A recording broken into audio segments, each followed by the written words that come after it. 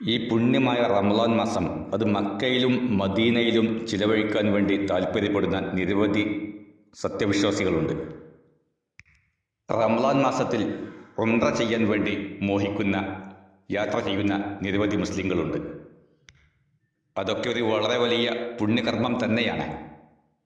എന്നാൽ രണ്ടാം തവണയും മൂന്നാം തവണയും എന്നുവേണ്ട ചിലരെ ഓരോ വർഷത്തിലും റമളാൻ മാസം മക്കയിലും മദീനയിലും ചിലവഴിക്കാൻ വേണ്ടി പോകുന്ന അത്രക്കാരെ സംബന്ധിച്ച് അതിൻ്റെ ഒന്ന് രണ്ട് നെഗറ്റീവായ വശങ്ങൾ ബോധിപ്പിക്കുകയാണ് ഞാൻ ഈ ചെയ്യുന്നത്. നമുക്കറിയാം, ഏകദേശം 1,00,000 രൂപയാണ് ഒരു ഉംറ ചെയ്യാൻ വേണ്ടി നമുക്ക് ചിലവ് വരുന്നത്. അത് റമളാൻ മാസമാകുമ്പോൾ ഒത്തിരി കൂടാനും സാധ്യതയുണ്ട്.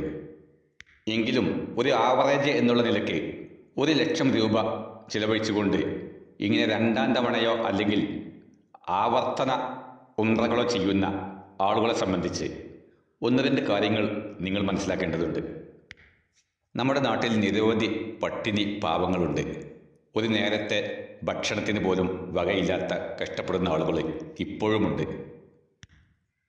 സ്വന്തം വീടില്ലാത്തവരെ, വാടകയ്ക്ക് താമസിക്കുന്നവരെ, തുടങ്ങിവെച്ച വീട് പണി പൂർത്തിയാക്കാൻ സാധ്യമാകാതെ കഷ്ടപ്പെടുന്നവർ, ചികിത്സിക്കാൻ വേണ്ടി കാശില്ലാതെ ബുദ്ധിമുട്ടുന്നവർ, ഒരു ജോലിയോ മറ്റു വരുമാന മാർഗങ്ങളോ ഇല്ലാതെ പ്രയാസപ്പെടുന്നവർ, പണമില്ലാത്തതുകൊണ്ട് പൊതുജനങ്ങളിൽ നിന്ന് ഉൾവലിഞ്ഞ് അകന്ന് ജീവിക്കുന്നവർ, അങ്ങനെ കഷ്ടപ്പെടുന്ന, മനസ്സ് പ്രയാസപ്പെടുന്ന നിരവധി കുടുംബങ്ങൾ നമ്മുടെ മഹല്ലുകളിൽ, നാടുകളിൽ, അയൽവാസികളിൽ, ബന്ധുക്കളിൽ ഒക്കെയുണ്ട്.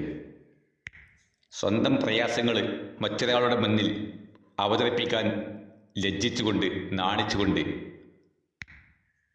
ആരാരുമില്ലാത്ത ഏകാന്ത മേഖലകളിൽ മനസ്സിൻ്റെ രോദനവും വിലാപങ്ങളുമൊക്കെ സഹിച്ച് ക്ഷമിച്ച് ജീവിക്കുന്ന നിരവധി പാവങ്ങൾ നമ്മുടെ ഈ കേരള സംസ്ഥാനത്ത് തന്നെയുണ്ട്.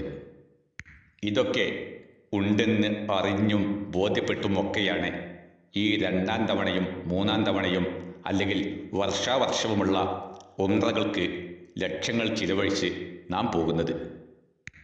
വിശുദ്ധമായ റമളാൻ മാസത്തിൽ ദീനീ സ്ഥാപനങ്ങളുടെയും മറ്റും പിരിവ് പോലെയുള്ള, സംഭാവന പോലെയുള്ള കാര്യങ്ങൾക്ക് വേണ്ടി പലരും വീടുകളിൽ കയറി ഇറങ്ങാറുണ്ട്. പല പാവങ്ങളും സഹായം ചോദിച്ച് പല വീടുകളിലും എത്താറുമുണ്ട്.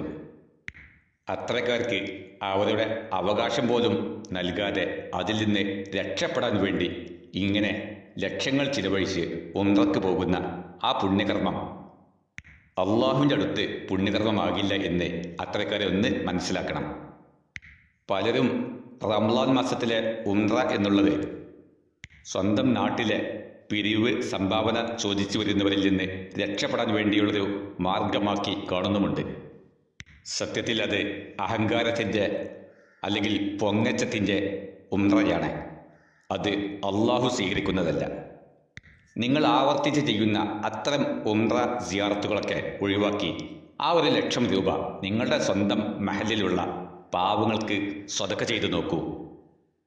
ആ പട്ടിണി പാവങ്ങളുടെ പ്രാർത്ഥന, ദുആ നിങ്ങളുടെ ആ പ്രശസ്തിക്കും സ്ഥാനത്തിനു വേണ്ടിയുള്ള ആ ഉംറയേക്കാൾ എത്രയോ മികച്ചതാണ്.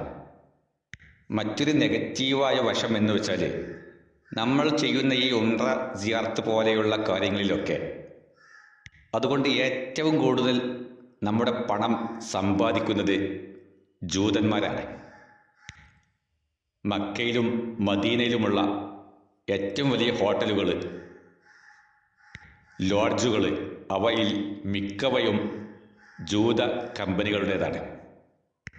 അങ്ങനെ വിമാന കമ്പനികൾ, ഹോട്ടലുകൾ, വൻകിട ലോഡ്ജുകൾ, അവയിലൂടെയൊക്കെ നിങ്ങളുടെ ആ ഹജ്ജ് ഉംറ പോലെയുള്ള കർമ്മങ്ങളിൽ നിന്ന് പണം സമ്പാദിക്കുന്ന ജൂതന്മാർ ഇസ്ലാമിനെയും മുസ്ലിങ്ങളെയും തകർക്കാൻ വേണ്ടിയാണ് ആ പണം ചിലവഴിക്കുന്നത്.